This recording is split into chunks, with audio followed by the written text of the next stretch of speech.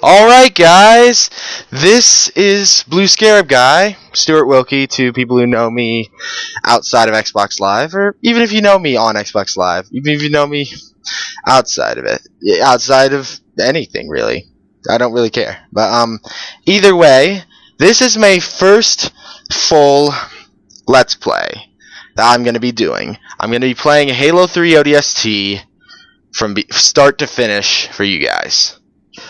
Keep in mind, this is not a walkthrough.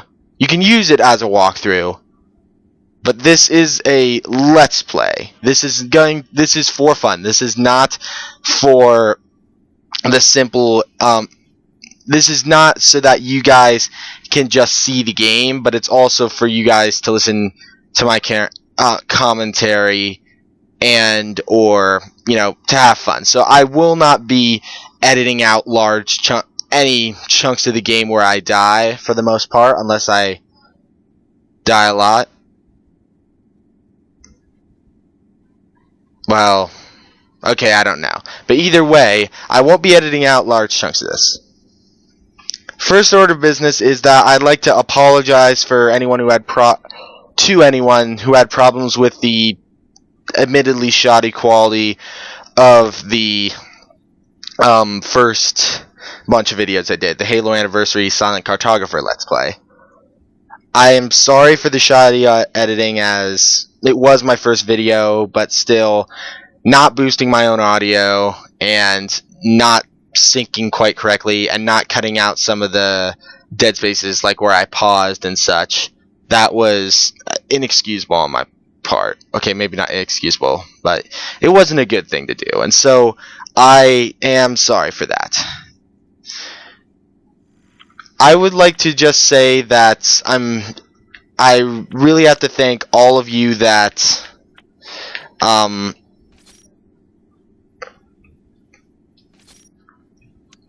really like to thank all of you that watched my previous videos, all of you that have subscribed, and all of you that have liked and favorited my previous videos. Liked and or favorited, I should say. Any combination of the things I just listed, any one of those things or any combination of them, I am happy you did so. Thank you very much. Your support is what keeps me going. Not really. I could just I can't really say that. Don't take this the wrong way, but I don't technically need your support because, I'm not doing this for money. But your support is what will encourage me to keep playing and keep recording like this. So, I'm going to be playing no skulls on, scoring turned off from beginning to end on easy difficulty until further notice. I might change to normal later if I feel like it's too easy or if it's not entertaining. But if it's just for the sake of the walkthrough and the Let's Play, the sake of you guys not getting bored by me constantly dying, I'm going to leave it on easy for the moment.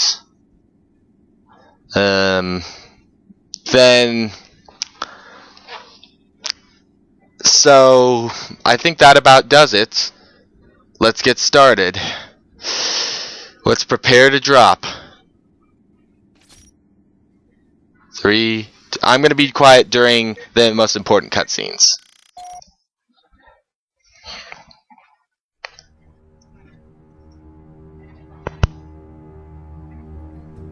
The Navy put up a good fight. Of course they did. It's Earth. Better late than never. How about you show some respect, Romeo? Just saying, Dutch. They missed one. No. They left it for us.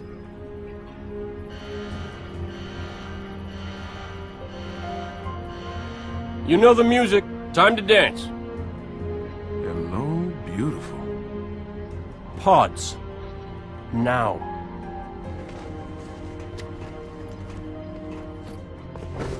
Replacements? This many years into the war? Who isn't? At least they listen. To me. And they're not gonna like what they hear. Orders are orders. Come on, Veronica. What could be more important than that carrier? My orders. And Buck? Call me Captain. I'll pass on that dance, but you can show me where to sit. And what the hell kind of armor was she wearing? Dunno, Mickey. I wasn't looking at her gear. Seriously? Well, gotta be close quarters. Exactly. Second to last, right next to mine. Cozy. You gonna tell us her name, Gunny? Ms. Naval Intelligence. Our new boss. Oh, brother. So check your mouths, find your chairs, and get set for a combat drop. What the hell am I supposed to do with this inside a Covenant ship?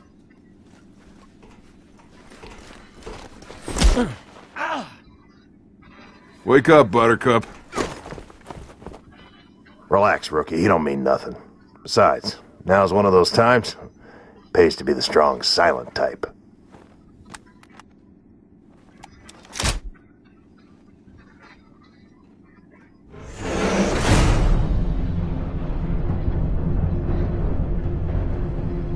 This cutscene I am planning to talk through, this part of it. Intel reports Covenant troops are massing beneath the carrier.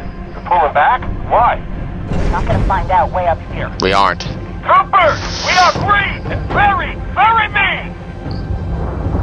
So if you're not aware, this game takes place in between Halo 1, no, not Halo 1, in between Halo 2 and Halo 3, or more specifically, when Master Chief I leaves take it back. Navy got its butt kicked. on the, Remember what I told you? in Amberclad, halfway through Halo 2, at the end of Metropolis, and what happens is the Covenant ship jumps out in the middle, jumps into slip space in the middle of, New Mombasa. And the game follows the Arbiter and then Chief off to the Halo. Halo 2 does. This game tells what's happening in New Mombasa from that point forward, where a squad of ODSTs, us, are getting dropped in. And stuff happens. So this is and that leads to the film noir style of the game, because the idea of the game is that you're trying to find your teammates. You're trying to find the rest of your squad that got knocked all over the city and woke up and showed up at various times after the slip space rupture. I'm assuming most of you have played or know the story of Halo 2 as well as Halo 1, like I mentioned in the last set.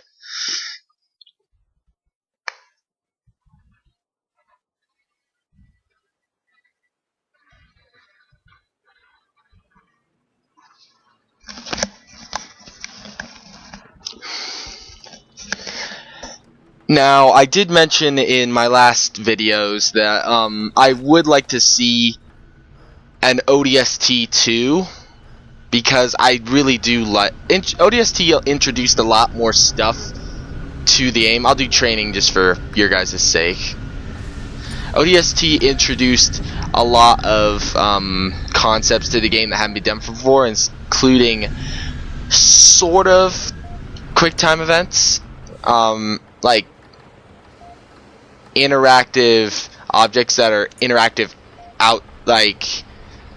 only in certain times, like this part right here, which is I need to look around the pod and arm these explosive bolts like this, and also just a more of a use of the first person perspective, a more immersive use with some animations outside of the in-game ones. Like this sequence, for example, it's a QuickTime event. It's kind of a QuickTime event, almost. Not really a QuickTime event, but it's a cinematic thing. And I really like it. I like the feeling of immersion it gives. Another thing is just a stronger sense of characters.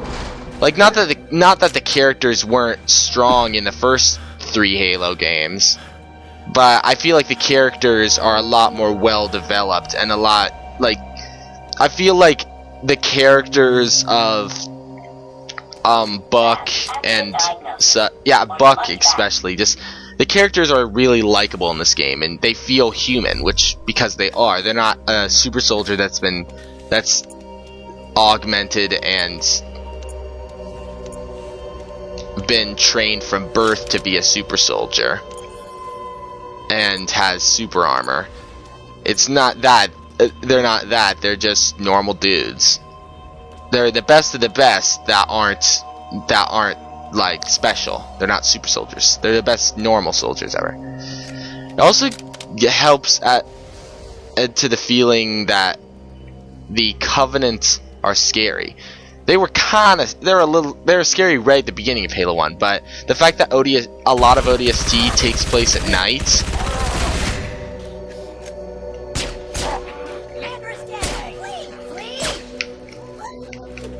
The fact that ODST takes a lot of place at night really adds to the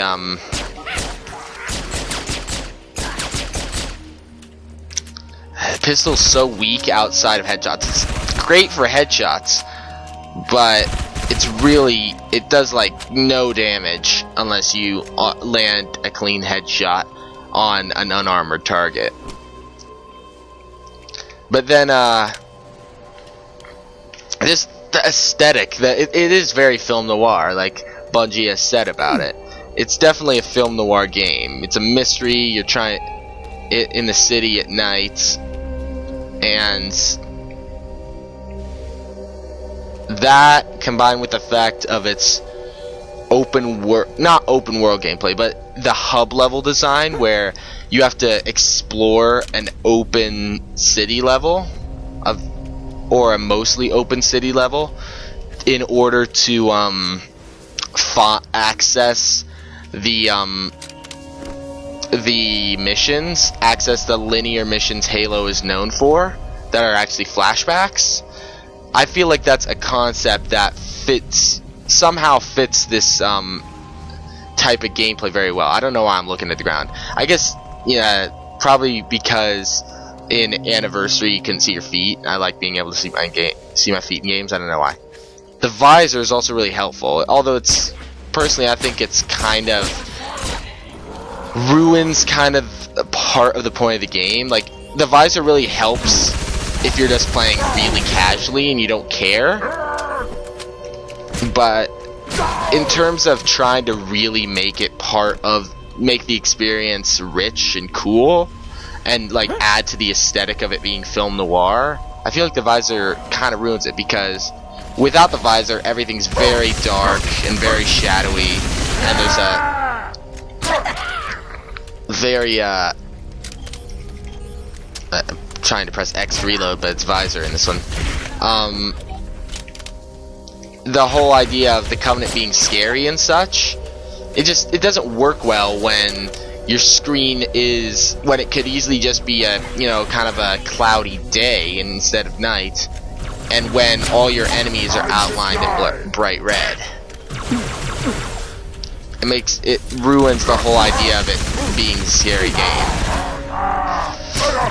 or making the Covenant scary. So lots of times I do play with, nowadays after I've beaten it, I do play with visor off. Contact the city superintendent for assistance. And for the most part, ooh, there's a paper. For the most part, I play with visor off, except for, of course, when objectives are highlighted with the visor.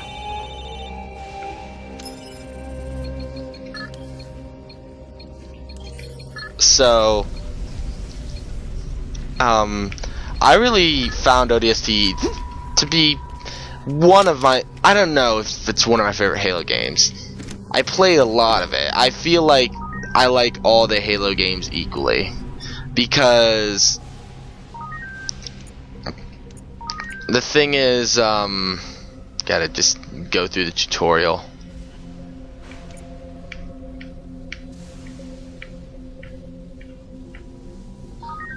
But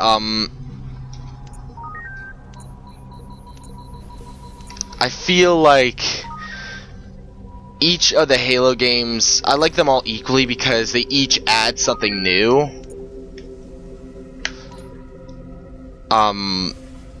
the